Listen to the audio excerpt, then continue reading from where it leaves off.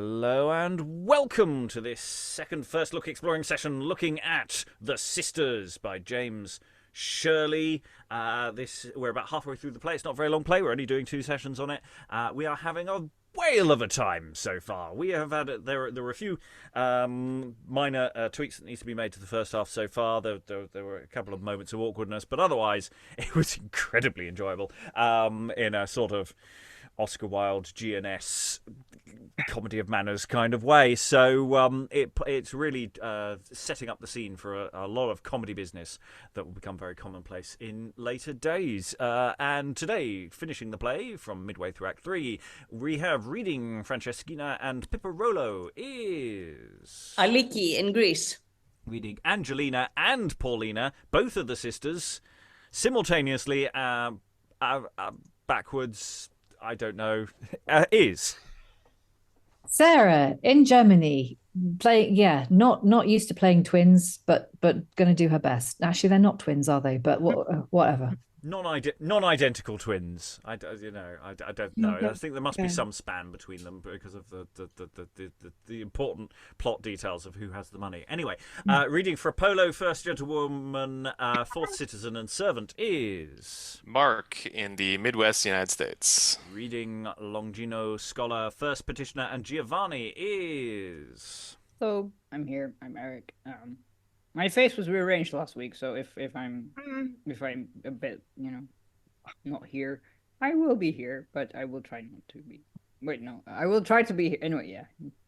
Painkillers mess you up a lot. Yeah. Reading Vergerio, Lucio, and Third Citizen is DiRoberto in Tucson. Reading Contarini, Pacheco, Second Citizen and Second Petitioner is. Hi, I'm Lynn. I'm not on painkillers, but it's really early in the morning where I am, and I didn't sleep well last night, so Eric and I are kind of on the same page here. Reading Antonio, Strozzo, First Citizen and Stephanio is. Alan in Suffolk. And I'm your host, Robert Crighton. I'll be reading stage directions. I'm also stepping in to read Farneze as well, because we just run out of options as to the doubling. In fact, people are going to talk to themselves a fair amount, but hopefully not too much, unless it all goes horribly wrong. We shall see. Anyway, Act 3, Scene 2. Enter Antonio and Contarini. It's not me. 'Tis too great an honour. Refuse a man of your high blood and name? The courts are honourably. I could beat her. 'Tis not impossible at my return to find a change. I must to court again. And enter Vergerio. The horses, my lord, are ready. Vergerio. They talk aside. What baggage 'tis. She's up for the nunnery. She shall not have her will. I'll undo myself. But I'll destroy this modesty if I could. But I'll make her proud. There was some hope on her. My lord, you may command, but how unfit I am to manage this affair. Thou hast a powerful language. It prevailed on me when I first saw thee, since which time I have not deserved unkindly from thee. And this trust speaks more than common favor. Make me his advocate to Angellina. My lord, if you can still preserve these thoughts of honour to us, leave it to my counsel. Most cheerfully. I'm not desperate. This gentleman I'll leave to wait upon her, who is privy to my counsels and affection. Your lordship hath found trust in him, but that shall not excuse my care to make her know her happiness and the honour of our family by meeting your commands. She's here. Enter Angellina and Francescina. Antonio engages Francescina while Contarini takes Angellina. Francescina, tell me, what hope of your mistress? How does thy counsel work? Does she pray less than she was wont? Or listen now and then when thou talkst wantonly? Does she smile upon it? Between ourselves, I put her to a smiling blush. What said she, tell me, on thy modesty, when she first found her dear delight, the legend of the saints removed, Ovid's tales of Jupiter put in its place? She said that Jupiter was a most sensual heretic, and the cestus that Venus wore was not St. Francis' girdle. How did she like the picture of Leander swimming the Hellespont upon his back? How that of Cleopatra kissing Antony? She says that queen was none of the poor Clares, but one bred up in black Egyptian darkness. All I can say, she's not desperate. I sing no anthems to her. What says she to her dancing master? She is past her honour, that's a precious fellow. She'll laugh to see him gambol with his limbs. His head flies like a ball about the room. You'd think he were at tennis with it.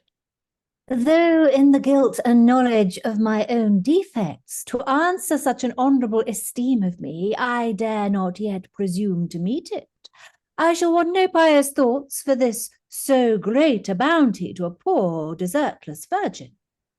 Pious thoughts of my lord. Not for the wealth of Parma should my cause force one cloud upon her face or put her eyes to the expense of tears. It snail be argument for me to hope. It shall be argument for me to hope, if she accept this youth to wait upon her, who may in some auspicious hour prepare me a gentle seat within her heart. Meantime, I leave upon your virgin lip the faith of your true servant, lady. I'll attend you to horse, my lord. At which point exit Antonio and Contarini. And sorry, I did the wrong voice for the wrong sister there. Poor miserable maid, fallen now beneath the pity of thyself. My heart, on which so late a flame of heaven streamed comfort in my holy resolutions, is filled with love, but not of Contarini, whose passion may deserve another's welcome. I prithee, Francescina, take thy lute and let me hear thy voice. I can sing Venus and Adonis to you. Anything. Or will you hear the pleasant ditty, How Fair Callisto First Became a Nun? I prithee, do not name a nun. The flame that I feel here deserves no vestal name. I'll do my best to fit you. There's no such tool in nature as a chambermaid to work upon her mistress. And exit, and of course, if it's designed primarily for the Blackfriars, that's setting up a little music cue to cover the candle trimming between Act 3 and Act 4. So that's quite neat and tidy. I do love the way Angellina's going, oh, I'm a little hot under the... Can you sing me something to cool my ardour? I can sing Venus and Adonis. No, that is not the song. The situation. And it's like... Oh dear. I'll try and find the best song for it. What does Francescina then sing? I want to know what the song is. Right. Barry White? I mean, what? What is it? Lynn. Oh, it made me laugh, Rob. Yeah, you know how I'm always saying people in horror movies have never seen a horror movie? Evidently, Contarini has never seen a romantic comedy because he leaves his young, presumably good-looking page, waiting manservant, to wait on his prospective girlfriend. It's like she's going to fall in love with him. That's what happens. That's how these things work. Like you can see that a mile off. But there's several things in this play that you can kind of see a mile off, and it doesn't bother me. I don't think this is a play that has ever not signposted exactly what it's doing 5 minutes before it does it. It really isn't trying to surprise you necessarily. I mean, I'm not saying there won't be surprises, but we have been surprised. I mean, nobody expected the comedy beating that so delighted us in the first half. Other thoughts about this scene, Alan? Yeah, I rather like Antonio's rather Machiavellian plot to remove the religious literature and pictures and replace it with stuff of a rather more earthly nature. Porn, Alan, it's porn. just leaving these magazines lying around. Yeah, Leander swimming on his back. Yeah. Is it Subtly ain't. Is Am I just a dirty old lady? Is that? No, I know you're bang on. Which is sort of the aim of the exercise. Yes, that was closed Act 3, and of course that's the sort of closing gambit, following on from the big scene with all the stealing and the bandits as well. So it's sort of it's like the A plot sort of trying to say, hi, can we get back to the love plot thing? Though in this play, is that the A plot really? It's a sort of driver for action. I don't know if it's something we really care about. Do we really care who marries who in the end? Not really. So long as comedy hijinks occur along the way, I think we're all happy. Okay, let's dive into Act 4, unless anyone has anything else they want to throw in. No? Act 4, Scene 1 then. Enter our bandits, Frapolo, Longino, Strozzo, and Pacheco, and the rest. It was a fatal business to lose such an opportunity. My lady was wound up so rarely. We were betrayed for certain. 'Twas high time to scud and get into our territories. Now we're safe in our grots, secure as the Minotaur, and keep the clue of our own labyrinths. We lost a rare design, but in my opinion, it's better scooting here with our heads on than to have them carried in by clowns at the court rate. The ignorant rogues would ne'er have sold them to their worth. And they dare as soon venture upon hell as soon as shoot their heads onto this furnace. But this Clara Diana shall not scape so. I'm resolved to visit her again, and I'm glad I prepared another expectation. These difficulties shall make our next attempt more glorious. These shapes will conjure up wars again. I was expecting Chaldean. Ah, hang the Chaldean. I have a new device shall scour the castle, and make Dame Guinevere with all her pride thank and adore the invention. How, dear Frapolo, how? Woo, woo. Sorry, whooping within. Scout and discover, Strozzo. Strozzo looks out. I see but 2 men coming down the hill. Cannot their worships travel with less noise? They durst not be so confident without a number, 'tis good to be sure. Whooping again. The noise approaches, let's to our shells. Do you lie perdu still? They all retire, but Pacheco and Frapolo. I do not like their confidence. These may be the enemy's scouts. Let's not engage too soon, for fear of a reserve. The state has threatened to send their vermin forth. Obscure, close, close. They retire. Enter Lucio and Piperollo. What dost thou mean? Thou hast a mind to be robbed indeed. I would have art maintained in reputation. You know my lady is to be a princess, and you must be a lord, and I be dubbed. But if we be not robbed, I know not how to trust the mathematics or the stars. I'm afraid the bandits are all hanged. 1,000 pistols should not fear to travel. It is not wisdom to proclaim our charge. Though I could be content to be a lord, I am not over hardy. Thieves are thieves, and life is precious. Pray thee, let's make haste. Oh, think upon your honor. Are there no gentlemen, no wanting gentlemen that know how to spend a quantity of gold? There is no thief in nature. Strozzo peeps out. Gentlemen is very merry. They that mean well and have their wits about them do not use to call upon our tribe. This is a plot, a very plot, and yet the coast is clear. Coming forward. Now may I reach their voice? What be? Were men distressed so? Come, we are well yet, Piperollo. If the stars decree our robbery, it will follow. I pray, sir, let's sit down here. As you hope to be a lord, we must do our endeavour and help the fates. Do but hear reason, sir. 'Tis my proud Madam Steward and our quondam fellow thief. They were told their fortunes to be robbed. Here had been a purchase lost if I had not lain perdue. You shall be dispatched presently, never fear it. He whistles. What's that? I do not like that tune. I'm not with that whale. I wonder that I have strong faith in mathematics. Thieves, and be thy will. If they should cut our throats now, this is folly. Would I were off. Would I were a knight in an embroidered dish cloud. Have a good heart, sir. There's no more to be said in't. Let the stars take their course. 'Tis my lady's money, and if we be robbed, we are so much the nearer to preferment. Re-enter Frapolo and the rest of the bandits, masked and disguised.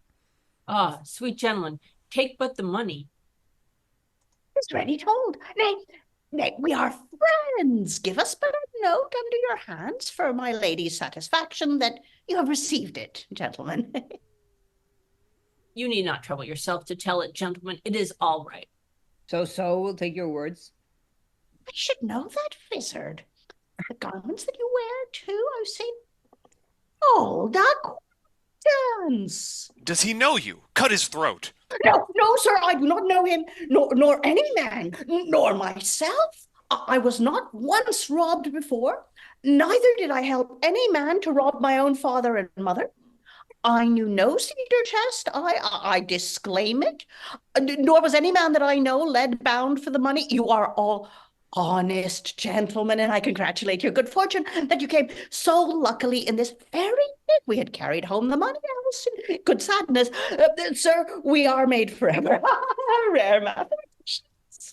What's that you talk, Sirrah, of mathematicians? It pleased some of the learned tribe to visit my lady not long since, but they are well, I hope. They told us we should be robbed, and 'tis done. Blessed Chaldean. What became of them?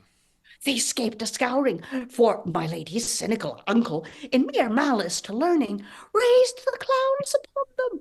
Persuading the Hobbinalls, they came to rob the house, but honoured be the stars, they brought them off at the back gate. They seem honest fellows. Let them live and pass. We humbly thank you, gentlemen. Come, Piperollo.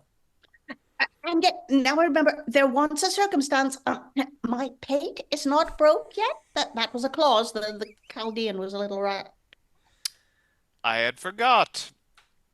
We be praying, Sirrah. He breaks his head.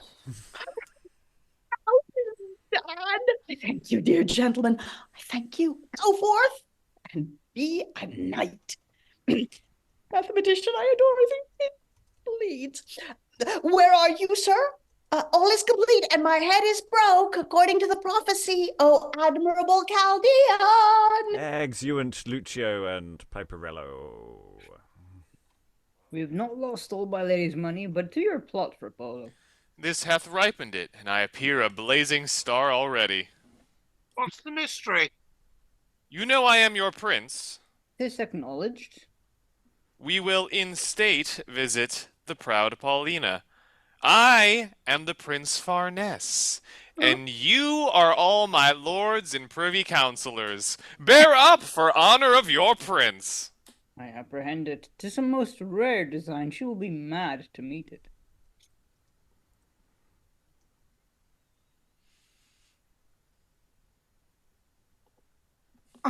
Will you marry her? I cannot tell. There may be a necessity. But when I have the wench, her plate and jewels, and other sums I've cast already whither we must transport ourselves, we'll divide all. And the wench, too. No, not the wench, until I cast the concubine. Remember who I am. The choice of flesh is my prerogative. No murmuring. You shall provide our robes. Are we rogues to purpose? I am your prince, and the worst thief, a statesman. A prince! Okay, with the...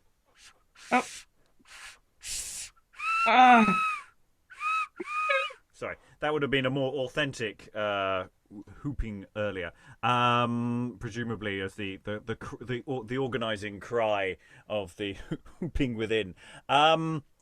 What a lovely scene. Everything we came to expect, and yet somehow bits of it were a surprise. The fact that it says, "Oh, I hope are we late to be robbed? We'll be robbed any minute now. Could you please hit me over the head?" Yeah, And for the sake of the room, that's because if that part comes true, the other good parts of the prophecy must come true too. Yeah. For anyone Yeah. not here yesterday. Oh, yeah. It was fabulous. Yeah. Lynn, then Alan. Aliki was just saying, "Oh, maybe I should pull it back a little because I'm tired already." But I just so enjoyed her reading. Like, I I don't know these guys. I never robbed my own parents. Yes. We didn't receive any messages, and we definitely didn't eat this delicious plump-breasted pigeon. And Frapolo is gonna disguise himself as the prince, and that is gonna take Paulina down a peg. I'm looking forward to that. Yes, Alan. I'm just wondering whether there's a subplot that's got excised somewhere along the way, or if there's a change of name. Because right at the beginning of that scene, you got a reference to someone called Claridiana, who we've never met, never heard of. That's true. And I just wonder whether that was an early name, in fact, for one of the sisters or something. Or It might be old. I think I was going to say something, but I think Mark may preempt me. Mark. I mean, I later seem to refer to the proud sister as Guinevere, so I assume it's some sort of literature reference that yes. I'm not knowing. Yes, I couldn't place it myself, but that's where I assumed that was going. I could be wrong on this point, but that felt plausible. And if anyone can hear anyone typing in the background, desperately googling that's perfectly reasonable behaviour that no one needs to worry about. It's fine. It rings a bell. It does ring a bell as a thing, and I can't place it. Other thoughts from the scene, apart from that was really fun. Let's stage that. The bandits really are the gift that keep on giving. Yeah. No, this is the problem when we're just enjoying it, just going, wasn't that good? Yeah. That was nice. Let's do the next bit. Okay. Let's do the next bit. Act 4, Scene 2. Enter Angellina and Francescina. Where is Vergerio? I know not, madam. Madam, I prithee leave that folly. I am no lady. Call me Angellina. I'll call you madam. 'Tis a name in fashion. What do you want to justify that title? Have you not beauty, jewels, gold at pleasure, fine clothes, high food, and men as motley as the ambassadors to wait? Does not your uncle allow you all that can make up a lady? Pardon my boldness, madam, I beseech you. Enter 2 gentlewomen. What are these? The gentlewomen were commended, madam, most excellent in their art about great ladies, and come to tender you their humble service. Most proud if you accept our duties, madam. Look you, they are proud already. They have nothing but their trade to live upon. She with a face spotted with ermines hath been late in France, and knows the mode to a mathematical point. She has the theory of song, but lost the practice part by sitting up o' nights. She danceth still, can talk in several languages, and has the art of every game to instruct a novice lady. To lose time?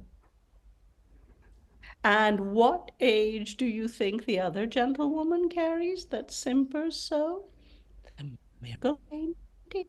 He presents scarce 25, but if you credit church records, she numbers but 5 short of 60.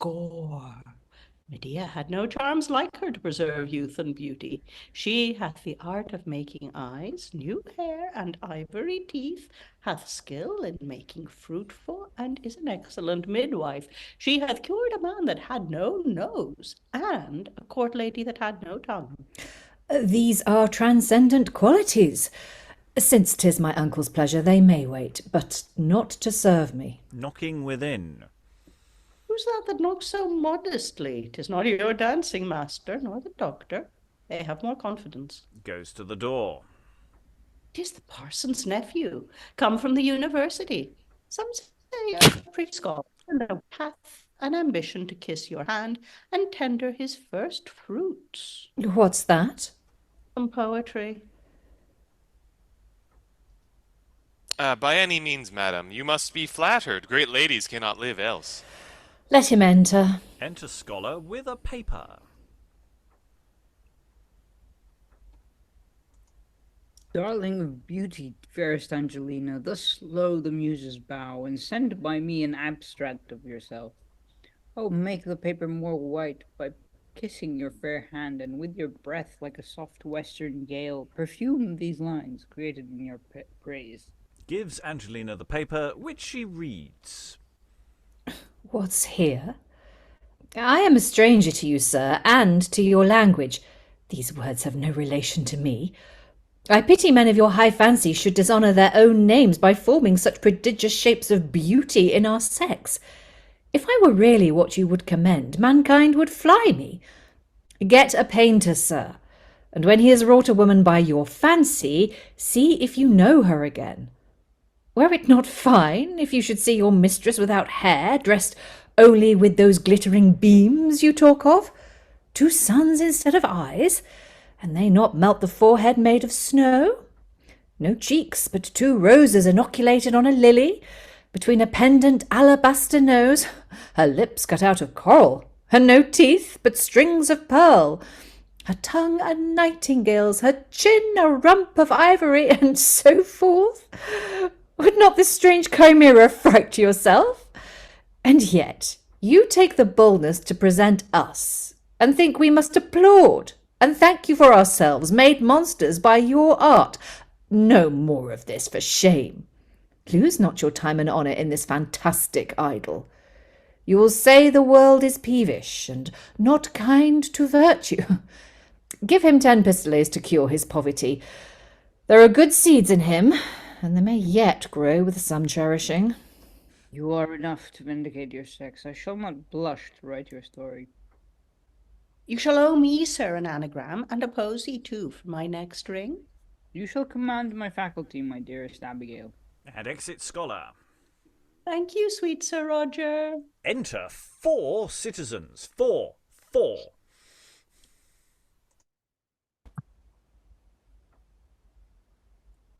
Her ladyship at leisure? What are these? We are humble suitors, madam, for your favour. Speak your request.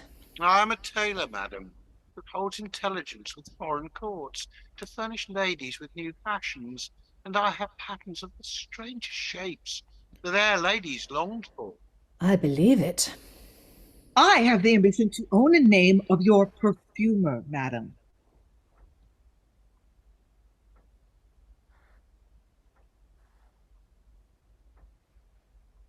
Do we not have a third citizen? It's me. I, your jeweler, what think you of that craconet, sweet madam? The pearls are orient. I have a diamond. The Sultan gave one of his concubines. It weighs caracks, if it please you, madam, to wear it in the court, and I'll attend your ladyship 6 months hence to pay me for it. I know your uncle, madam. This is his plot. No means take it. Excuse me, what are you?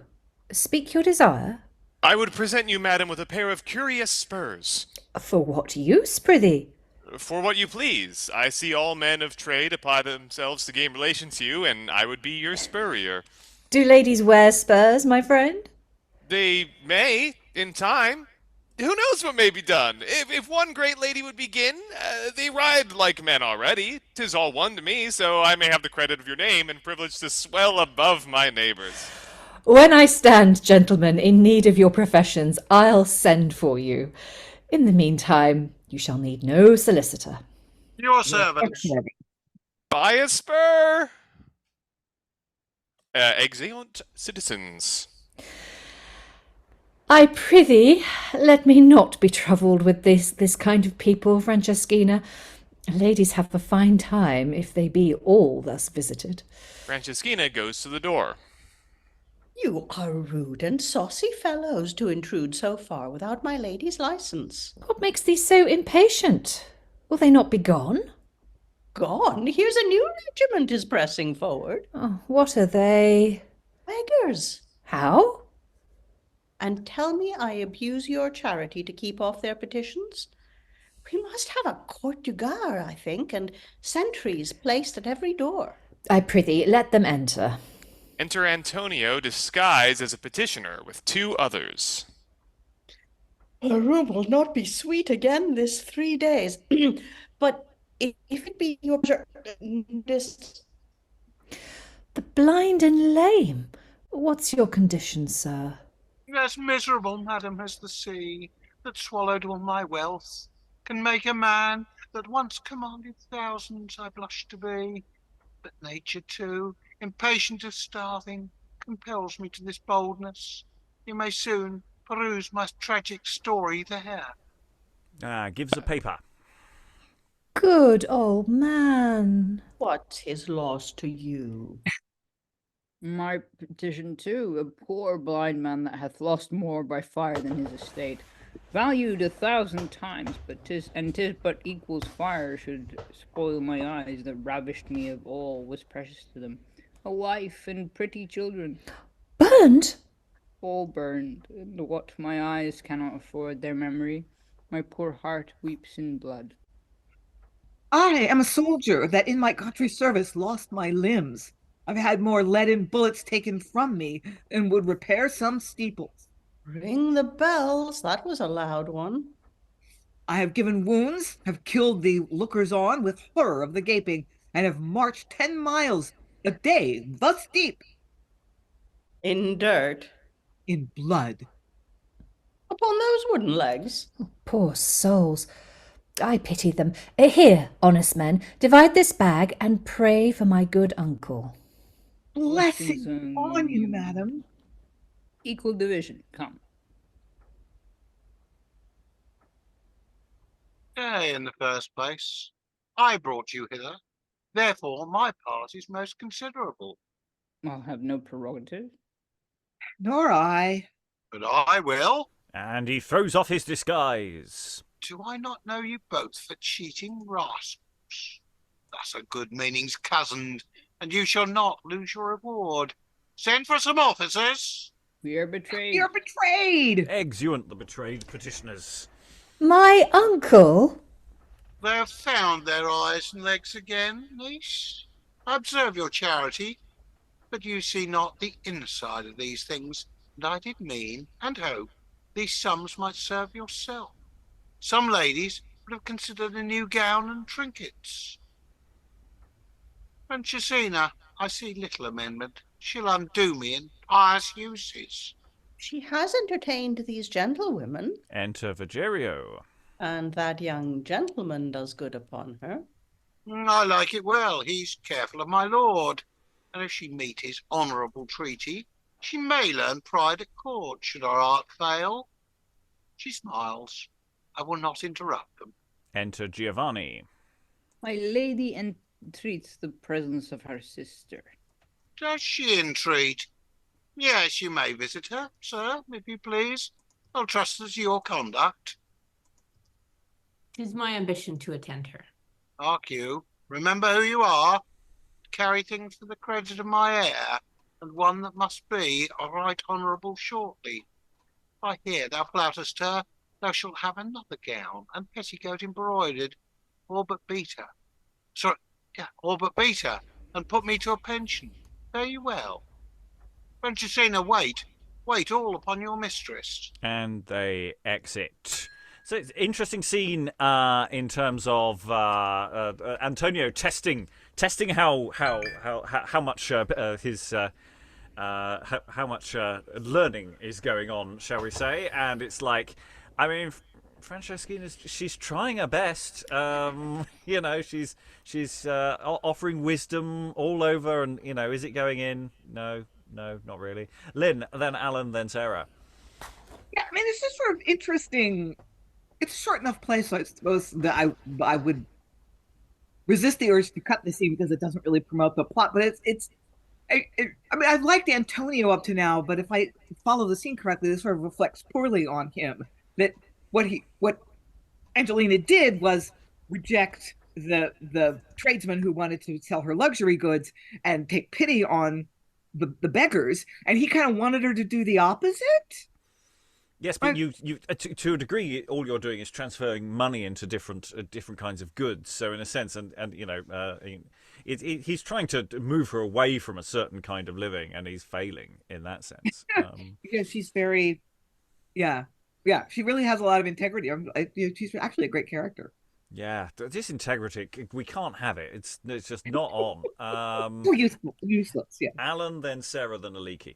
Yeah, I must admit, I'm not quite sure because I'm not sure whether it's just me being slightly slow today or some of the punctuation in that last section was very misleading. Yeah. I think in terms of how it should go over, and I think going back and looking at it again some point would be probably useful. Well, yes, that's inevitable. The punctuation's not very helpful. But in what way do you mean it wasn't helpful? Just in terms of general phrasing, or was there something specific that you were? I just found it confusing, basically. And if I did reading it, I think an audience probably would as well. Sarah.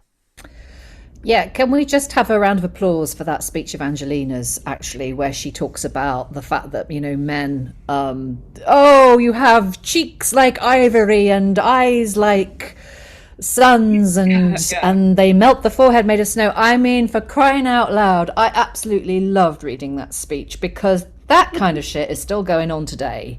Yeah. And I think that would land so well with a modern audience. And it's the kind of thing you could almost take that speech out of the play and get your actor to record it to camera and put it out as a teaser, and it would go viral on TikTok because it's like this was being written 400 years ago or whatever. I just think it's fantastic.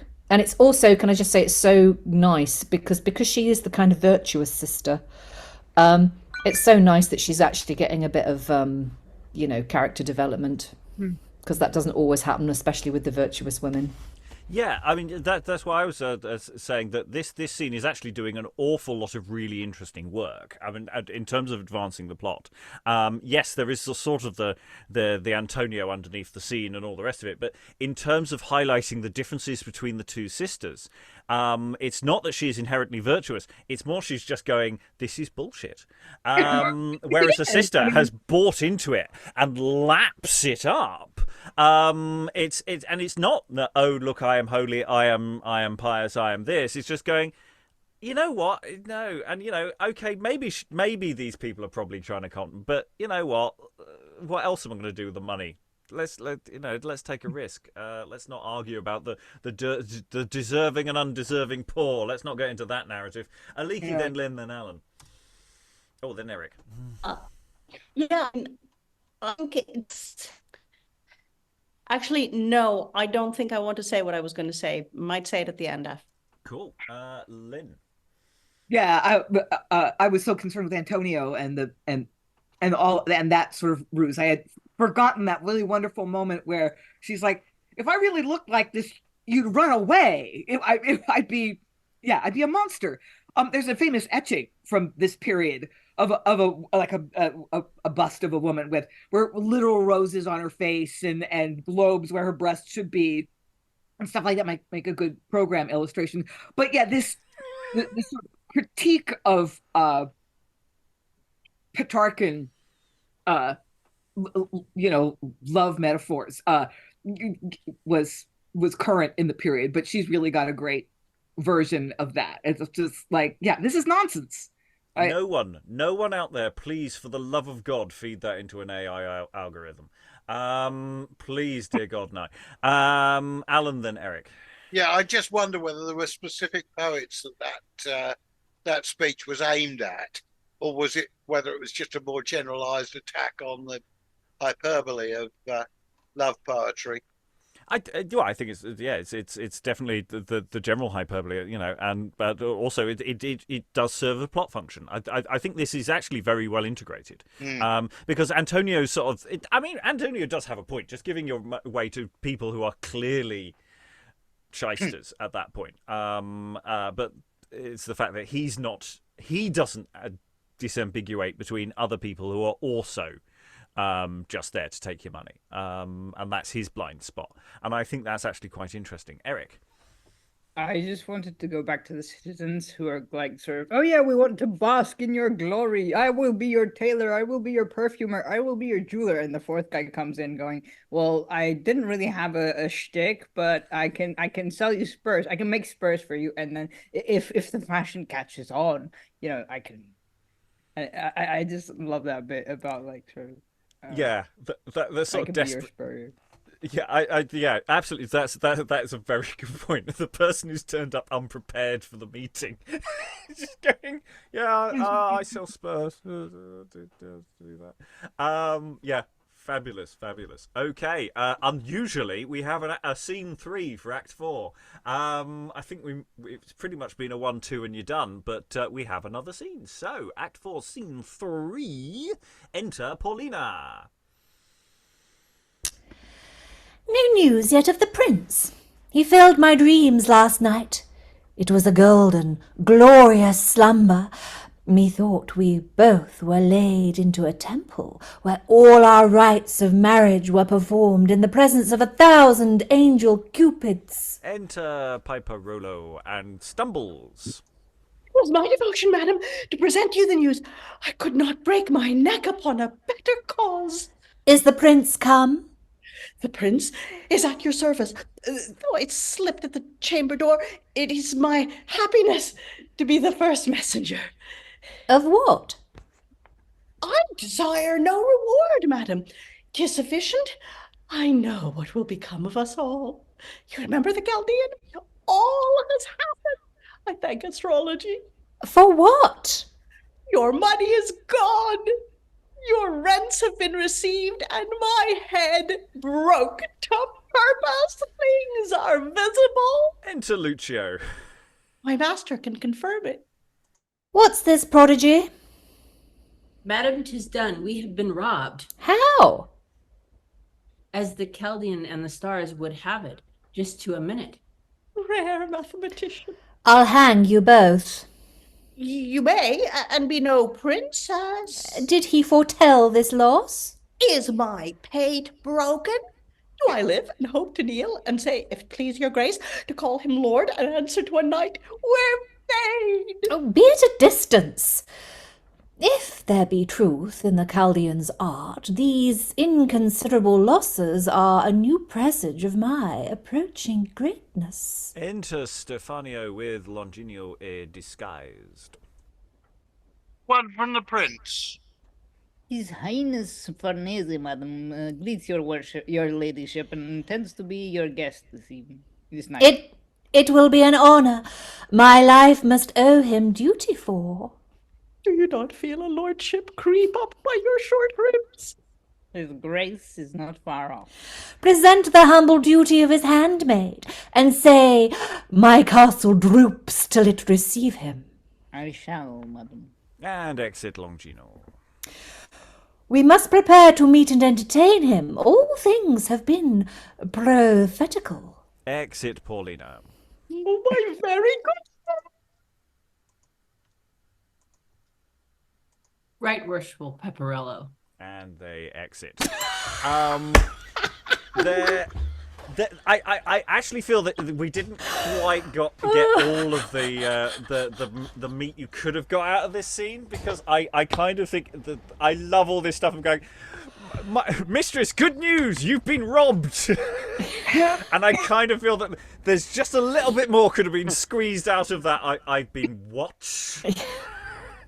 Smack, smack, smack. I do feel more comedy violence is really needed to be added into that. That isn't a problem. We don't need more dialogue. But I do feel chasing him around the room, and then it's just like, yeah, look, I've got a head injury. I'm concussed. Isn't it great? That would actually be really nice if he is actually concussed and that he's slightly spaced out throughout this whole scene. I love that. Yeah, Lynn, then Eric. You know, in the first act, when Piperollo has his first encounter with the thieves, and then they go off, and he's like, you don't get Like, you're too bad to even be one of us. I thought, oh, the bandits are just a device to get Piperollo's story started. And I'm just so glad they came back because they are just, yeah, pure entertainment. Pure entertainment. And yeah, they got it going on, they know how to manipulate these people. Yeah, and he's just a beating stick that it's just great. It's so much fun. Who was next? Sorry, it was Eric and then Sarah. I was just gonna say that I think Piperollo is probably like the precursor or like maybe the ancestor of a certain Baldric Esquire. Sort of not necessarily having a cunning plan, but definitely sort of not the brightest or sharpest knife in the drawer. Yeah, he's he's got a little more viciousness to him, at least. I don't think Baldric would set up the first scene, but necessarily. He might by accident, but I don't think he'd do it on purpose. But the rest of the play, yes, I kind of feel that he does have that kind of energy. Sarah? Yeah, just when you were saying about him being concussed, I suddenly got this image in my head of like, after he talks about his pate being broken, she holds two fingers up to him, really close to his face, and he counts like 1, 2, 3, 4, and she just goes whack and slaps him around the face. Like, it would just be like a really fun little. He's always talking slightly to the left of the person. Yeah. There are 1, 2, 3 of you, and I'm talking to the one in the middle. To quote an old joke. Okay, let's move on because there's more scenes in Act 4. There's another scene in Act 4. It's like they're cramming them in. Act 4, Scene 4. Enter Vergerio, Angellina, Francescina, and servants following at a distance. In my pity that so much innocence should not be lost on faithless Caterina, I have landed upon your knowledge this unhappy secret. Promised his faith to another. 'Twas ill done, to work my uncle and destroy my thoughts of a religious life. You may collect those pure desires again. Heaven will soon invited, and I a second resolve confirm that happiness. May we not, without so strict forsaking of the world, be capable of blessing, and meet heaven at last, though erring nature guides sometime out of the nearest way? Yes, Angellina. I must be no votary, but when you turn a friar, then. How, lady? Sir, you have merited for this discovery all that I am to serve you, and unless you help me in this labyrinth, I must live in despair of freedom. Any service. There's so much sweetness in you. I could lay my life a sacrifice. Be confident. I must be left of heaven when I forsake you. And I dare trust your virtue with a secret I have not told my ghostly father. I know not what opinion my lord has of his smooth advocate, but I should gather by symptoms of my mistress she is sick of the younger gentleman. I dare not hope this blessing. 'Tis an honor placed on me that has no value. I am a stranger. You are no stranger here. Your uncle, too. May err in his election. But his anger. My prayer and tears may soften. Do not dress your eyes with sorrow, Angellina. This too gracious an influence upon your servant must command my utmost duty. Upon this white hand I breathe out my heart, and when I pay affection to another, mistress, in your revenge, your beauty blasts me. But we may be observed. Be all my guide. This must be managed wisely. We are lost else. We are now arrived at the castle. Francescina? We attend. And they exit. Oh, it's all coming out. Oh. Vergerino's a bit of a... He's lying a bit there, isn't he? Unless I missed something earlier, he's not a nice guy. He's a nice guy. Oh, this is bad. I'm worried for Angellina now. Yeah. I worry. I hope she goes back to her nunnery. I've got a bad feeling about this. Yeah, well, she might not go back to her nunnery. I suspect she'll just get married to the right person in the end, but she's really hot to trot, and, Yeah, but from her perspective, he's the right person, so it's like, yeah, God. it could be awkward. Maybe we'll just end with a really awkwardness of everyone just going, oh, this is awkward now. Should we just stand maybe the play will just marry her off to him and pretend it isn't awkward. That's what usually happens at the end of these comedies. Yeah. Mark. Yeah, I love the line. I must be no votary, but when you turn a friar, then. Yeah, I mean, for all of the doing down of cheesy love stuff earlier, there's some real cheese in this scene that he's laying on thick, and it's like, well, when it comes from the right guy, it doesn't matter how cliched it actually is. And that's an interesting job of work. I mean, he doesn't go full into floral poetry mode, but there's some cliches in there that are a bit, yeah, you'd turn that down in a bar situation. So yeah, interesting. Any other thoughts before we go into the next scene in Act 4? There's another scene in Act 4. There's 5 of them. This play was so schematically structured earlier, and now it's doing different things. Still a lot of pieces to move in this plot, so. Yes, because they've got all the pieces in place now. Now they're all moving around the board, doing their own thing. Okay, talking about things moving around the board, you're going to get me doing some reading now because I've run out of people to make this this stuff work. So unless there's a cock up, enter Prince Farneze and Contarini. Am I obscured sufficiently? My life on it. Here are great preparations, and the people will flock to see some triumph. This Paulina will be adored in the country. But her sister, with an extreme of sweetness and humility, will take the wonder off. She so transcends. Your words fall from you. I have observed my lord with too much passion, but she's but a woman, and may be no miracle when a clear eye is judge. Sir, I owe all that I am in fortune, name, and greatness unto your person. Next whom, give me leave to say, I rate no expectation equal to be her servant. If I find her cold to those desires that court her with all honor, I shall humbly beg your grace, when you converse, will interpose your favor, and by your mediation perfect all that can be named my happiness. You express a strong captivity in so small acquaintance. Well, my lord, trust me. Is this her castle? Enter Piperollo. By your favour, sir. Speak quickly, what's your business? Is this Paulina's castle?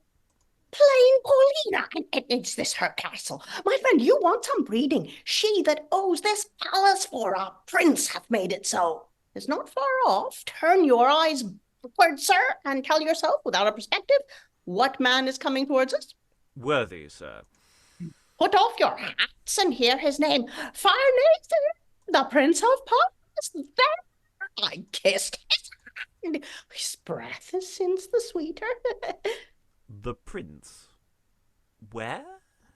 You'll find him with my lady, whom he came to visit. If you promise to be drunk, take what's a secret, yet he has to marry her. Or there's no truth in the stars. She is to be his spouse. Oh, farewell, and thank my worship heartily. Exit Piperollo. This fellow's mad.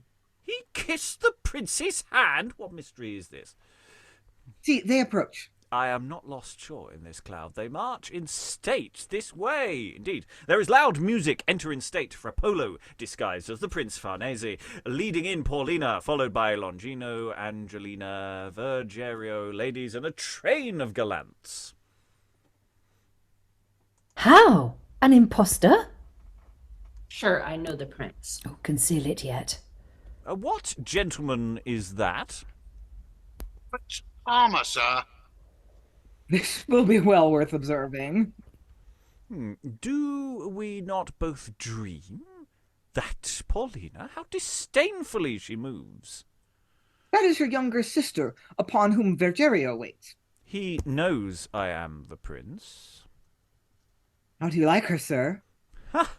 'Tis not fit to tell thee. Does she not answer my character? On my heart, a fair one. Pray, tell me how you like her, sir.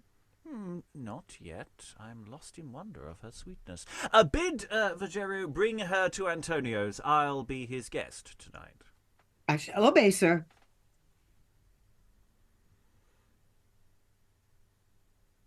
Make roll for the prince! Fellows, bareback, you are not to be knighted, Fred. I take it. Thus can the flame of heaven with subtle art leave the skin whole, yet quite consume the heart. And they exit. So, yeah, just before the mini interval break for Act 5, complication turns up. And though it's not necessarily unexpected, it isn't actually signposted that he's going to turn up. It's not like we've been told earlier, Farnese is coming, we're expecting, it's just, no, we'll disguise ourselves as him, and you don't necessarily expect that's precisely going to be where it goes.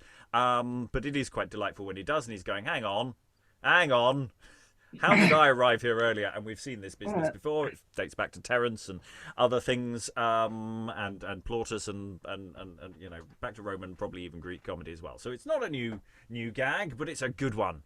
And yeah, it gives everyone a bit of chance to play with that. And then of course we got another potential suitor on the table as well. It's like we've actually got quite a few here in play, and that creates. I still have hopes for Piperollo. He might get lucky. I don't know. He deserves someone. Himself probably. Eric. I put this in the chat because there was this scene reminded me a bit of Herod in like sort of the tragedy of Mariam, where you've got this whole thing of like, oh yes, he's probably dead. He can't possibly intervene with the plot, and then he suddenly turns up at the beginning of Act 4. Spoilers. But yeah, I do like how it's setting up. It sort of sets up things that we've seen before in comedies. Like the Farnese, the real Farnese, seeing sort of his pretender or the person or the imposter Farnese, and basically taking him apart. Although I'm kind of hoping we get a scene like from we did in the malcontent, where we had like sort of is that me or am I me? Who what where? Though I don't know if Farnese is a comedy character like that.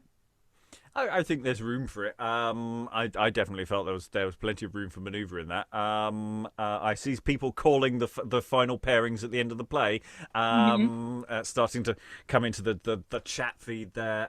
Lynn, any thoughts? Yeah, I mean, I'm really interested in structure and genre, and I'm not gonna make a call unless that's required, because I really don't. Yeah, it doesn't really seem inevitable. I mean, Angelina's turning into quite the honeypot, isn't she? Everybody wants her on first sight too.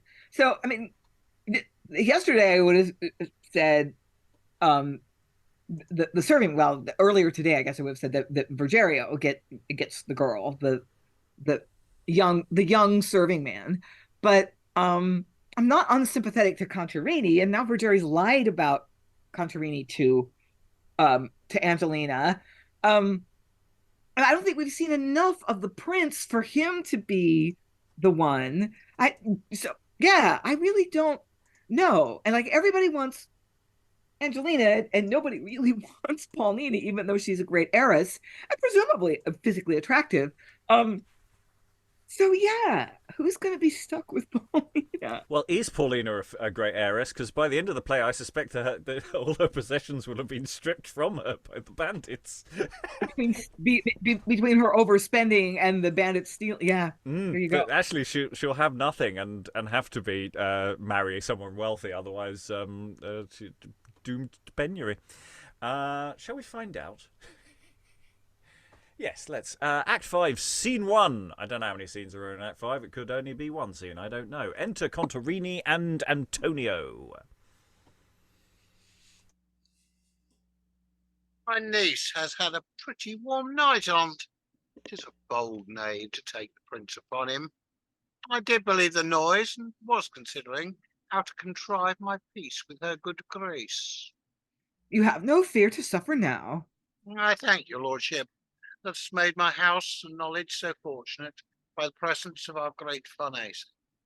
'Tis an honour makes me young, yet this rascal troubles me, that durst come in the prince's name and charge my niece to so home too. It's not treason, sir. Of the highest nature. Let him then taste the law, yet I commend his spirit, that would scorn to die for felony. And when his head goes off, the shame and grief may help to break her heart. I do not love her.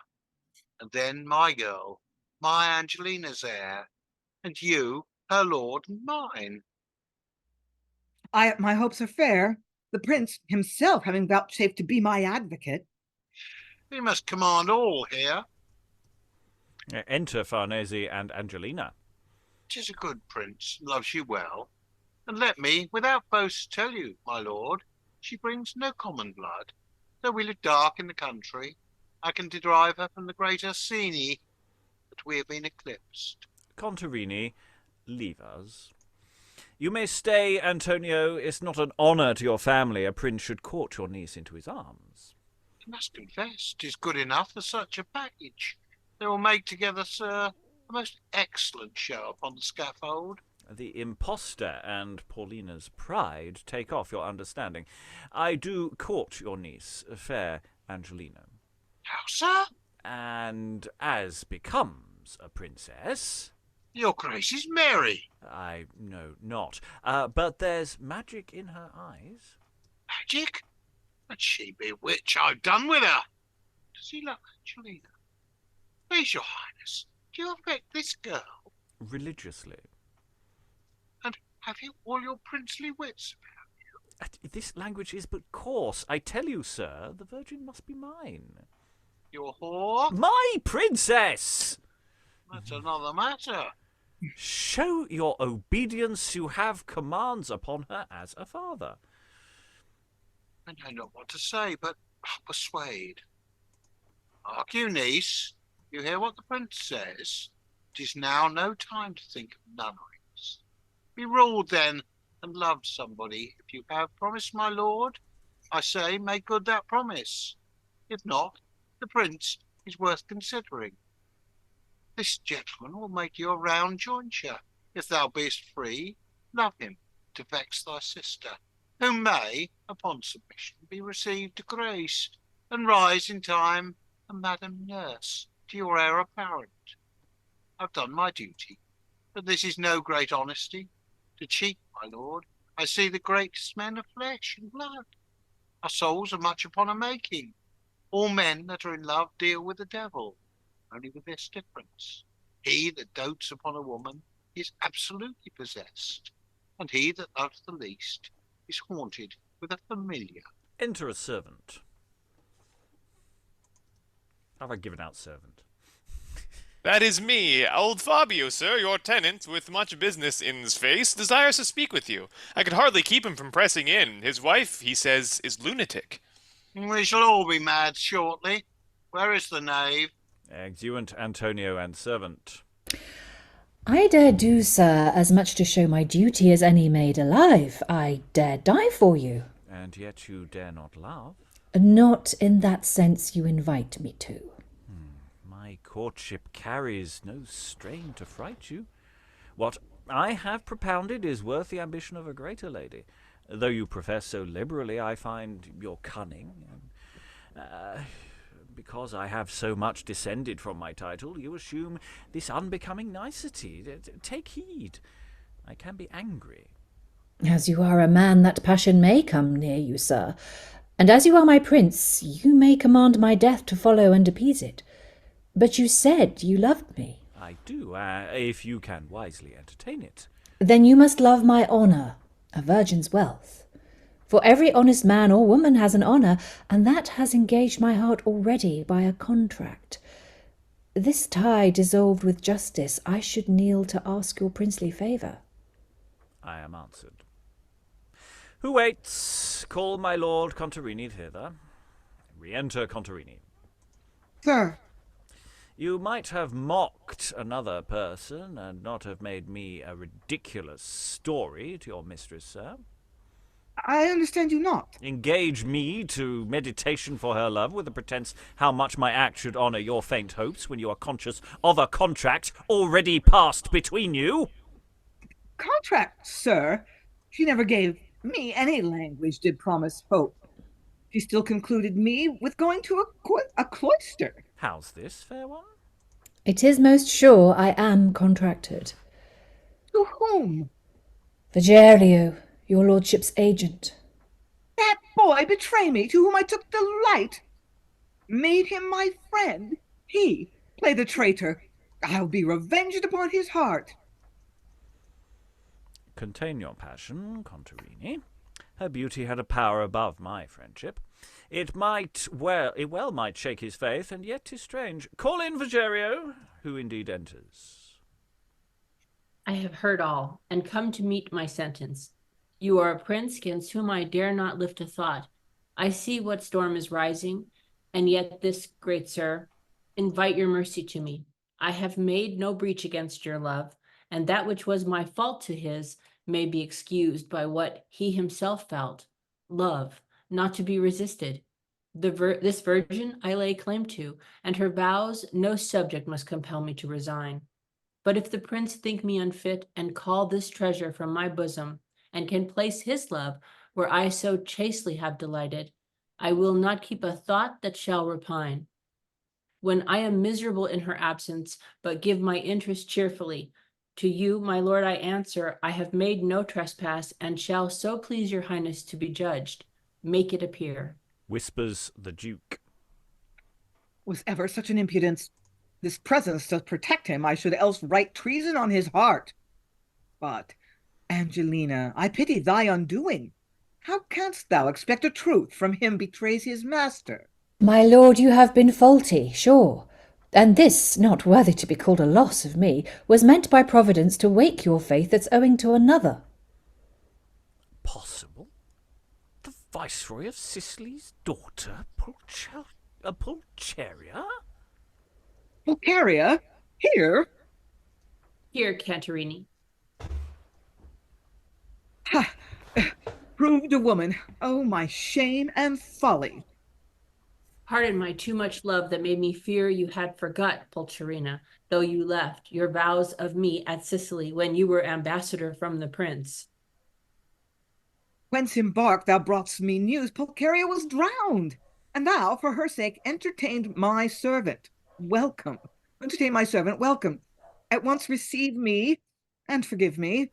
I had your promise, were this contract void, in honour, nor will take from my own merit to think when your considerate thoughts come home, you can pretend excuse to your own happiness, which lest you may suspect, let us in state visit Paulina, and unmask that counterfeit which hath usurped our name. Sir, we attend you. This blessing must require a spacious soul. Mine is too narrow to receive it. Okay, and they exit. So, To tell you the truth, I didn't follow. I was not So, expecting that. So Vergerio Vergerio isn't is- really Vergerio. Vergerio is really Pul, whatever her name is, Pulcheria. Pulcheria. And Pulcheria. Pulcheria. And Pulcheria. She was contracted to marry Farneze. They had a thing. He went away. He didn't write to her enough. She sailed off after her. After him. Everyone thought she was drowned, but she's dressed as a boy. She was contracted to marry Contarini, right? Yeah, I was going to say, I think it was Contarini, not Farnese. Wasn't Yes, it? ha, proved a woman. Yeah. Oh, my shame Yeah. and folly. Yeah. I see. Yeah. Despite reading in the character list being like, wait, who's Vergerio again? Disguised. I was completely surprised. I was like, it's disguised. I needed a stage direction. I did not. When I thought it was like here, over here, like not here. Sorry. Right. That's so weird, though. That's so weird that we haven't had Pulcheria, like, turning up in a forest in breeches at some point and talking melancholy like to the audience and saying, "Oh, I have come here to chase down my lost love because he thinks I'm dead." How have we not had that scene? I guess it's meant to be a surprise to the Yeah. audience. Yeah, absolutely. Like, but it's how are these three dudes all loving this woman going to resolve correctly? Well, 2 of them were actually contracted to marry each other. That just leaves one of them. Yeah. What I really like here is also the way the scene earlier was just going. I was sitting there going, "Where's this scene going to go? It could go. He might forgive the servant for doing the thing. He might go this. It could go. He could just go full evil, and it could all end in something. And then no, left field turn. Totally. This person who was dressed as a who we've been. It was a woman all along. Woo! I'm so impressed that he didn't put in that earlier scene that I was just talking about. I'm so impressed that he just left it and just let us all, like, hung us all out to dry. This could be a great reveal, like in an actual production. Yeah, because it's not like other plays where similar things, there are precedents for this, which nobody mentioned because we haven't done them yet. Oh, I was okay. There are a few precedents to this, but we won't mention what their titles are because we will do them in the next year or so. This is a disguise, though. This is an early modern disguise that could actually work on the audience. I mean, that's like a first. Lynn. Anyway. Yeah. We didn't follow that part, and I was a little disappointed that we didn't have a scene. Well, maybe it'll be coming up where. You're not the prince. I'm the prince. They just come on saying, "Oh, how dare they?" There's still room for something to come out of that. I mean, the structure has gotten really weird. Maybe Kyle. Yeah, that was so surprising to me, and I was reading it, and it was weird too because the way it was written, it really felt like I just went on being the same character in some way, having just said that. Without like more, I don't know. It was weird. It feels like it definitely has to be something physical, like ripping off a mask or, but even still, didn't it feel kind of, the language itself seemed a bit sedated right afterwards and didn't go anywhere. I mean, not that I didn't like it. I thought it was really interesting, but that was, to me, it seemed odd that it was like not more there about it. We were just so surprised that we just didn't take in, what it was doing. I don't know. Yeah, if you have a very physical reveal, I feel like you don't need more words there, Yeah. We were talking about Baldric before, but we got Bob instead. Yeah, whispering in his ear, and then ta-da! Okay, well, whew. Not the final scene. There's another scene to go. I don't know if this is the final scene. Might not be. Let's find out. Act 5, Scene 2. Enter Lucio and Piperollo. I am not yet created honorable. Sir, things must have their time. Will His Highness remove so suddenly and carry my lady to the court with him? He's a most sweet young prince. Order was given to pack up her plate, her gold and jewels, for he means to have tiltings and triumphs when he comes to Parma. There, it is fit we should expect our honors. I will attend the prince. And exit Piperollo. Enter Contarini. Signor Lucio, Your good lordship. pray tell my lady I would kiss her hand, and shall present news will secure their welcome. I now come from the prince. The prince, my lord, he is within. a small march off the castle and commanded me to prepare that he comes to be her guest. My lord, I will acquaint some of the bedchamber, but when did your lordship see his highness? I left him at the park gate. This is the nearest way, unless his highness have leaped a window or can walk invisible. Your lordship may have come some conceit. I'll go, sir. Exit Lucio. Re-enter Piperollo. What is the meaning that there's such a guard upon our castle? He's besieged, and no one suffered to go forth. Sees Contarini. This is some lord or another by his stradling. Enter Lucio, Longino, Strozzo, Castruccio, and the rest of the banditti as lords. From the prince, that he. Sir, there's lords around the house. They have no order from his highness. We are betrayed again. Sir, would you speak with the prince? Why, have you such a thing within the castle? How dares be he so much... Who dares be so much traitor to usurp that title? Where's that puppet, gentleman? That is his secretary. The rest are lords and privy councillors. We are undone. Enter Farneze, Vergerio, Angellina, and attendants. Is he, the very he? I dare not look on him. Oh, for an impudence worth the chronicle to outface him now, it were a possible thing if people would believe. Exit, followed by the rest of the banditti. I'll tell my lady they are banished. I do not like that face. Exit Lucio.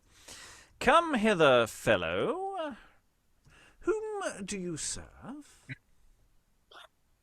I know not, sir. What prince have you within? The Prince of Darkness? What is this fellow? A knight of the post. The pestle is too honourable. Where is your excellent lady? I have a guess. If things go on as I suspect, she will be... Where? At her wit's end very shortly. An ingenious fellow. I have conversed a little with the mathematics, sir. Who is that, gentlewoman? Not that I am ignorant, but to satisfy a doubt. She is one that may be the Prince of Parma's lady when the priest hath done his office. If I be not mistaken, here comes the princess. That is Angellina, the younger sister. Enter Paulina. It is my wonder you, that have the face and garb of a gentleman, should dare to be so insolent to affront our person and his, to whom your hearts and knees owe reverence. Command the impostor forth, seize the traitors, re-enter Longino. His grace will be here presently. Fear not, madam. I would venture neck breaking at some window and be content to crawl away a cripple, but there's no hope to escape the multitude that will be scrambling for my limbs. Great sir, I challenge the privilege of the last bando. He kneels. He that can bring Frapolo, the chief bandit, beside what other reward was proclaimed, shall have the free pardon for all past offences. To that grace I appeal, and here produce Frapolo.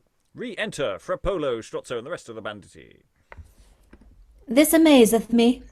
Can you stand the dazzling sun so long, and not be struck blind for this bold affront? What wildness brought you in multitudes to fright my happy peace, and this good lady's my most virtuous consort? He bears up still. Have all my cares and watchings to preserve your lives and dearest liberties deserved this strange return, and at a time when most your happiness is concerned? Since, by our marriage with this sweet lady, full of grace and beauty, you may expect an heir to bless your country. Will you suffer him? 'Tis time your prince were dead. And when I am companion to my father's dust, these tumults fomented by seditious men that are weary of plenty and delights of peace shall not approach to interrupt the calm good princes after death enjoy. Go home, I pray, depart. I rather will submit to be deposed than wear a power or title that shall not all be dedicate to serve you. My life is but the gift of heaven, to waste it for your dear sakes. My people are my children, whom I am bound in nature and religion to cherish and protect. Perhaps you have some grievance to present. You shall have justice against the proudest here. I look not on nobility of birth, office, or fortunes. The poorest subject has a native charter, and by a birthright to the laws and commonwealth, which, with an equal and impartial stream, shall flow to every bosom.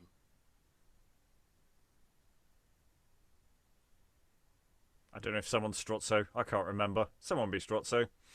What you said? Pious Prince. Ah, we didn't hear you. I am at a loss to hear him. Sure, I am Farneze, if I not be lost by the way. Stand off, gentlemen. Let me see. Which? This? No. Other?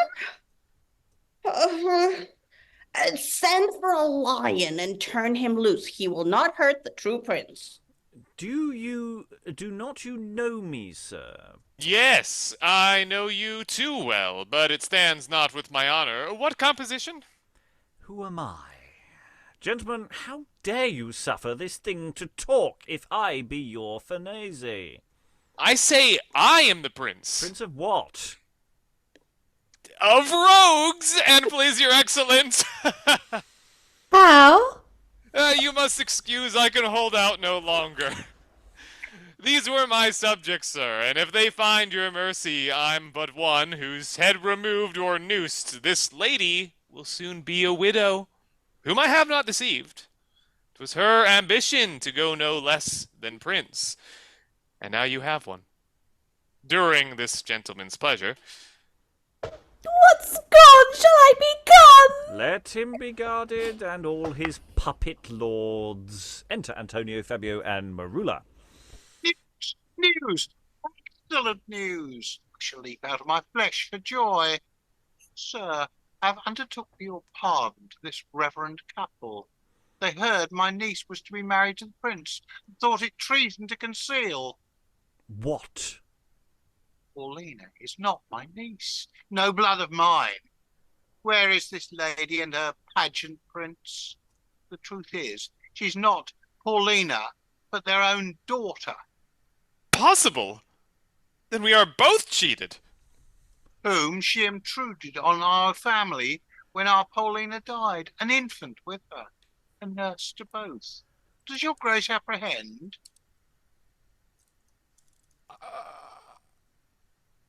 I don't think I've given out a Fabio. Who's a Fabio? Can someone be a Fabio? I was yesterday. We do beseech your pardon. Now, Angellina, thou art heir to all.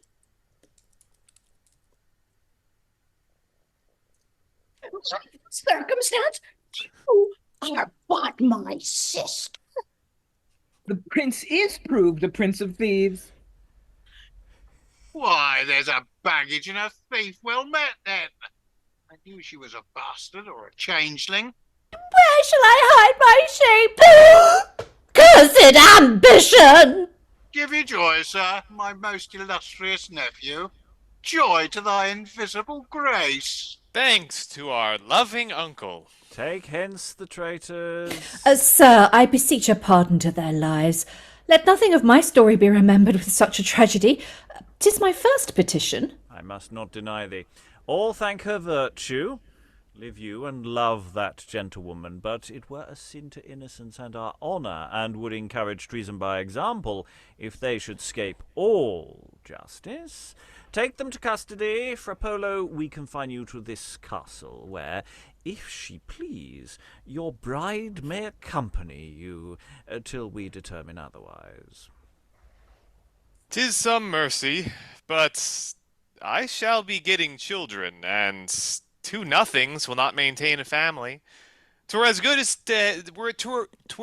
to hang me out of the way ere charge come on, or take away my tools. I shall be working. Provision shall be made. You shall not starve, nor surfeit, sir. Because I called her sister, I will contribute something to their fortune.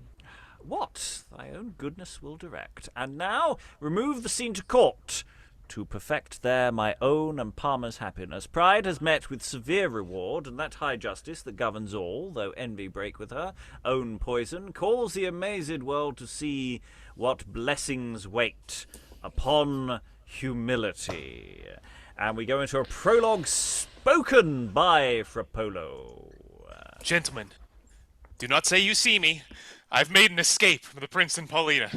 His Grace's word is but mortal, and not security enough for me. For all this sunshine, he may hang me mum I come to Parma, for an example, and therefore I've chosen rather to trust to my legs than a reconciled state enemy. 'Twill not be worth your glory to betray a man distressed, whom your own mercy may preserve to better service. Rather than go back, I'll stand your justice, gentlemen. I've played the thief, but you, as the case stands, may save or kill. My life's now in your hands. And exit. Okay. He's behind you. Well, more surprises come out of the woodwork. Just Paulina is not his niece and is the daughter of which person precisely? Did we establish that? in the chat? Piperollo's parents. Fabio and Marula. Yeah, so the two that were beating him up at the beginning come Yes. back at the end. So they Brilliant. mention Oh having god, a that daughter? really screws any kind of doubling plan I had in Yeah. my head. Okay, because they've got to turn up at the end. Oh god. Okay, yeah. Though you could maybe double them with the banditti because they've gone off by this point, most No, of them. but they're there with the banditti at the beginning as well. Oh, yeah. Oh, yeah, of course they And, are. and Yeah. They're not who- with all the banditti at the beginning, though, are they? I think only 2 banditti. Yeah, not all of them. maybe. Yeah. And who the hell is Castruccio? Yeah, I lost. There Yeah, I there lost a the plot there. random banditti turned up who I don't. Yeah. I think he was. It's just a confusion of a name, of one of the other names. Anyway, Alan. Yeah, I don't think the parents of Pauline do actually appear. They certainly don't speak in that bit. Yes, they do. They beat the crap out of the son.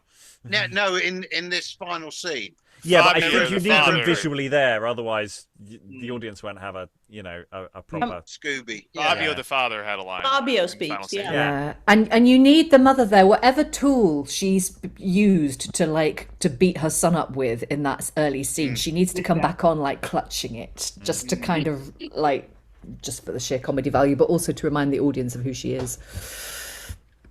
I mean, we've seen variants on this plot elsewhere. I'm sure.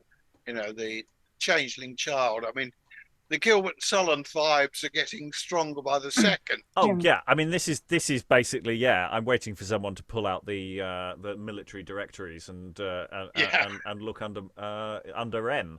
Yeah. Well, also, have we done all of Lily? Yes, we've done all of Lily. Because this device is used in Mother Bombay, so so there's precedent for it in this period. Oh, and Frapolo and Paulina are not completely screwed because Marula and Fabio have saved the little nest egg, and the bandits gave them part of that back. So, and they clearly, don't really care that they're pissed off at their son, so they'll probably help their daughter. Anyway, it's Well, what a Frapolo mess. Yeah, Frapolo's abandoned her. Well, he Don't says you- he's going to at the end. Yeah. I find that so surprising because it's like they tie it up in a neat little bow, like marrying everyone off, and then he's just like, I got out of there. because technically he'd already stolen his own dowry. Yes. And also Yes. we kind of like Frapolo, and he's honorable by his own rights, and we don't really want him to be stuck with Paulina, especially feeling sorry for herself. Paulina. Was it actually stated what the final position for Angellina was? Was it actually explicitly said at any point? Sarah and then Lynn. No, not explicitly, although Farnese has this line which you could interpret that way. What thy own goodness will direct, he's talking to Angellina, and now remove the scene to court to perfect there my own and Palmer's happiness. So you could infer from that he's actually, his own and Palmer's happiness is going to be that he's going to bring a new queen, new princess to the realm in the form of Angellina. Yeah. So depending if at that point you wanted to stage it so that, you know, he takes her hand and kisses her hand or whatever and she acquiesces, then you could play it like that. But I think you could also, it's fudgy enough that you could actually just, have her just single at the end if you wanted to. Because the previous scene hadn't really resolved it either. Because the previous scene we were so going, "What? You're who?" And yes, in a sense, that removes the objection to the marriage at the end, her proposed marriage, but it also just leaves everyone just going, "Hang on. Where are we now?" Because everything's suddenly up in the air in quite a weird way. It's delightfully not bonkers. I like it. Lynn. Yeah, and in terms of Farnese and Angellina, she says, "Pardon their lives. 'Tis my first petition," which the subtext there is like my first request as your betrothed, as your wife, whatever. So.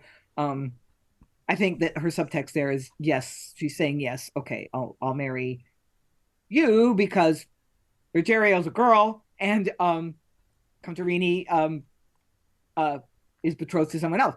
So yeah, and I guess I'm going to kind of disagree with the room about Frapolo and Paulina.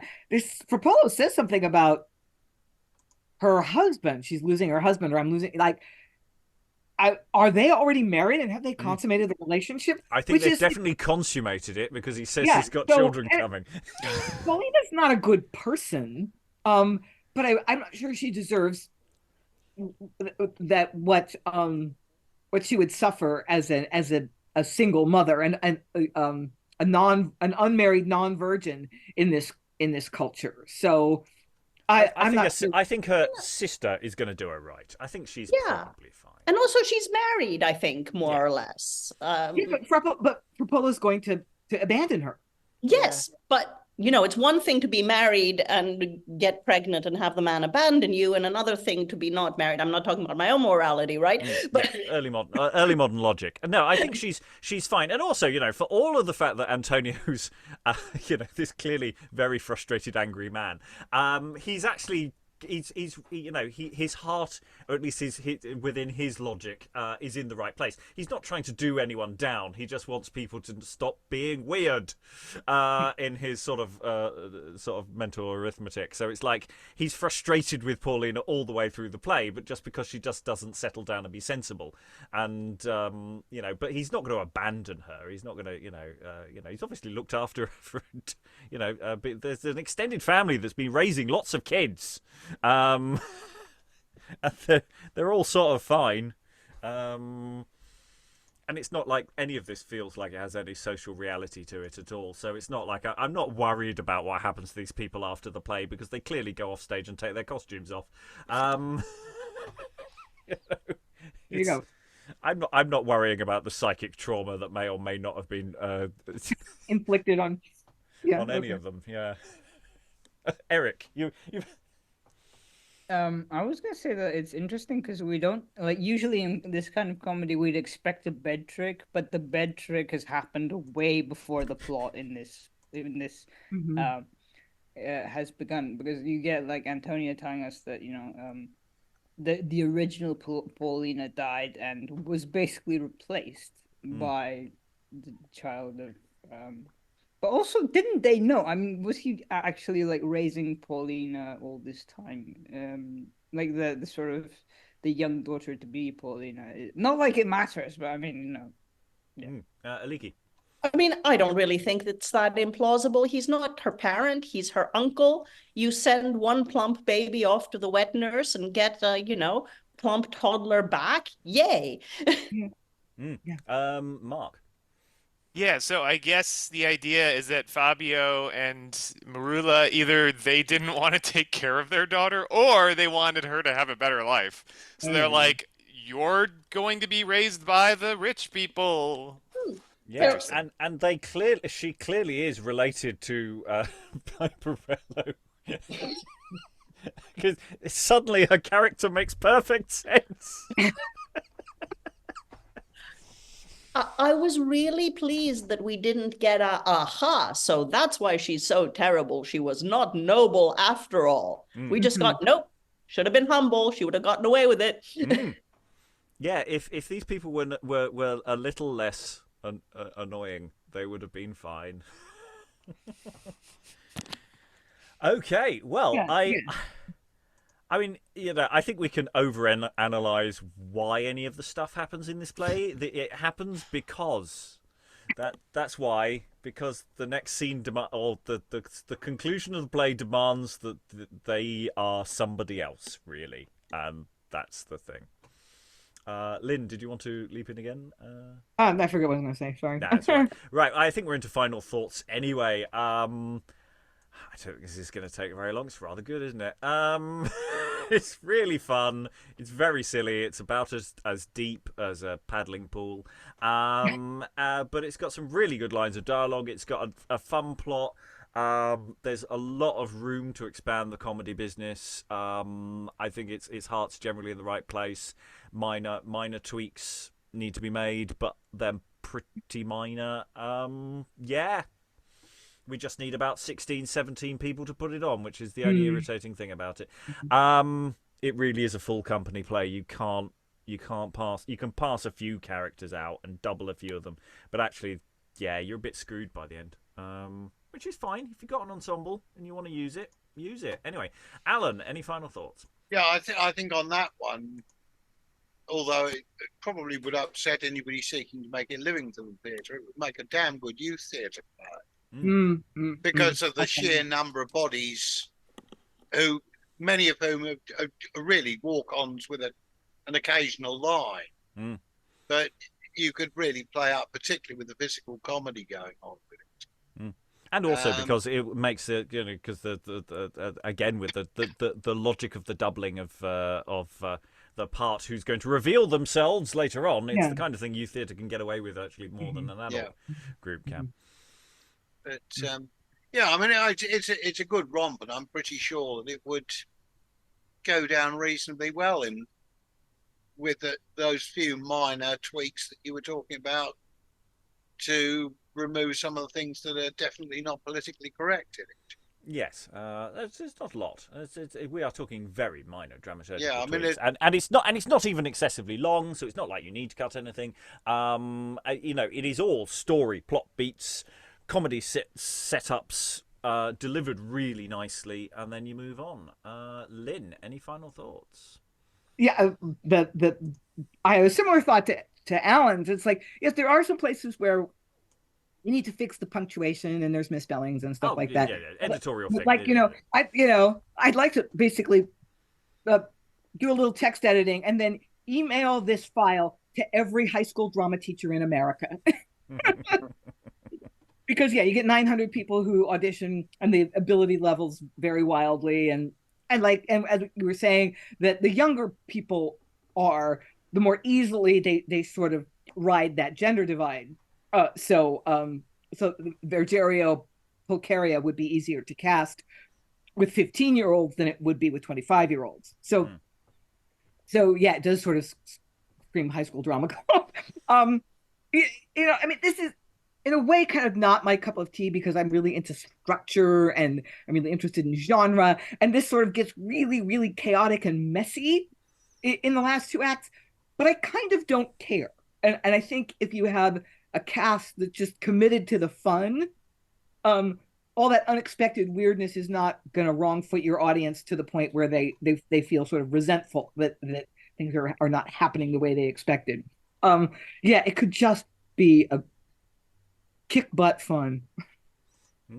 Kyle, any final thoughts? You weren't here for the first session, so you've just come here for the confusing chaos when nobody is who they said they were.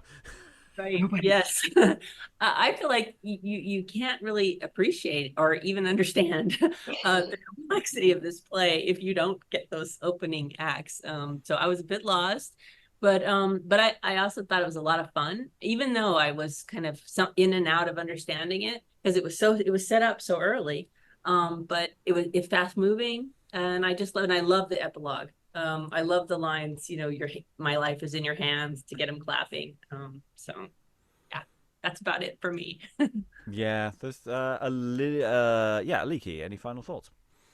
Yeah, I mean, I think I've said it already. I love this. I think it's very nicely structured. I think it's a comedy company's dream, and I wish I had 15 people to put it on with. Well, we can work towards it. Sarah, any final thoughts? Not really. Nothing that you and Aliki haven't already said. I'd love to put it on. It's a bummer that it takes so many people. I think it's fabulous, and send us money, people, internet people. Come on, you want to see this production. You want to see it, so send us the funds. Yes, we do have a Patreon. Do give responsibly. Eric, any final thoughts? You again were also here, not here for the first session. Well, I think it's one of those plays where it does have a big cast, but I think you could elide characters like sort of the bandits with the citizens, or I don't know, sort of me. And as you said, if you've got a young enough company, you can sort of just switch a mustache and it'll be fine. But also, it's a comedy; it doesn't really matter if you, like, as long as it's clear that they're a different character, it's fine.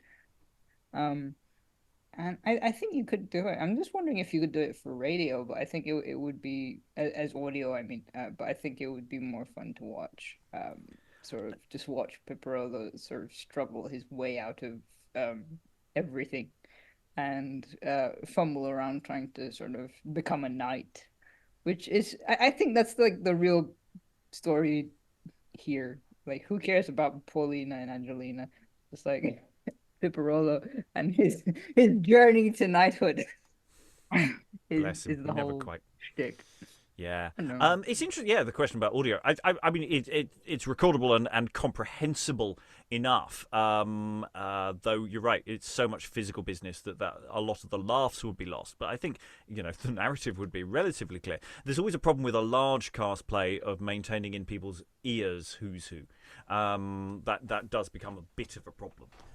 But hey, I like a challenge, and certainly it's an acceptable stopping off point along the way. They all have names except for the citizens and the sort of scholar. Yeah, but it's just the vast number of them. There are a lot of characters, and they are characters. There's not a problem with knowing who First Citizen is, because they have a function. They're not a person. But there are 16, 17, 18 people in this play, and remembering who the people are, especially the parents when they turn up at the end, even if they had major speeches, which they don't, it'd be very difficult to retain their comprehensibility in that. But we like a challenge. Mark, any final thoughts? Yeah, I want to do this play. I've been trying to think of what to do with the name if I were to do a production. I think the Sisters and the Bandit King could work, or like the Sisters and the Prince of Rogues, because I believe that's the terminology they use near the end. Prince of what? Of Rogues? Prince of Thieves, actually. I think Frapolo, he says rogues Prince here, of but Thieves. you can totally do thieves. literally. Where's Kevin Costner in it? I like that title. That's a good title. Yeah. Sisters and the Prince of Thieves. It's good stuff. Right. Well, that is it for this one. We commend it to the house. If you're interested in doing this kind of thing, do it. It's really good. James Shirley has written a lot of plays, and a lot of them are quite like this. In fact, there may be a problem for us. We may start getting to the point where when we start going through them and going, this might be a bit similar to the last one we did. But who cares? If they're good, I don't care. That's fine. Have you ever watched a movie franchise? They're all the same. Gilbert and People keep Sullivan. coming. Yeah, but it's like, yeah. Anyway, sorry. Rob, Getting a bit hysterical there. Eric.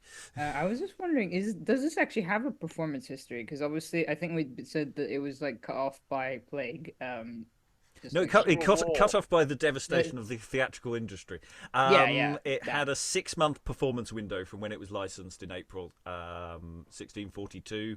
The theatres close in September and do not open again in a meaningful way. It seems likely that it was performed at least once, but the prologue suggests getting a decent number of performances of any play was actually increasingly hard because the civil wars were coming. I do not know of a post-restoration performance history. I would not be surprised if it didn't get revived at some point in the restoration. That feels very plausible. It feels like the kind of play they'd be keen on. But it's potluck, and then from that point onwards, I suspect it's disappeared and been performed in a polytechnic somewhere in the 1970s. Lynn and then Alan. Yeah, Wikipedia doesn't have anything about a post-restoration performance history. So, absence of evidence is not evidence of absence. And but we are talking Wikipedia. Yeah, but prima facie is perhaps it did just disappear. If you've got a massive cast like this, it is a tricky one. There's a reason why, probably, on that level. Alan? Yeah, I'm just wondering whether it maybe didn't reappear in the restoration period because a number of the themes do get re-echoed in a lot of the restoration dramas. So it just sort of entered the zeitgeist rather than persisted as an entity in its own right. Yes, there's a lot of this in the next sort of 100, 200 years of drama, and certainly comedy drama like this. I think Oscar Wilde possibly kills this form of drama dead, actually, by getting it so bang on, because after that it sort of peters out and goes in other directions. Anyway, we have whistled on for a long time on a very short play. All that remains is to thank all the wonderful readers for all their wonderful reading. Thank you very much, everyone, and goodbye. Your money is gone, your rents have been received, and my head broke to purpose.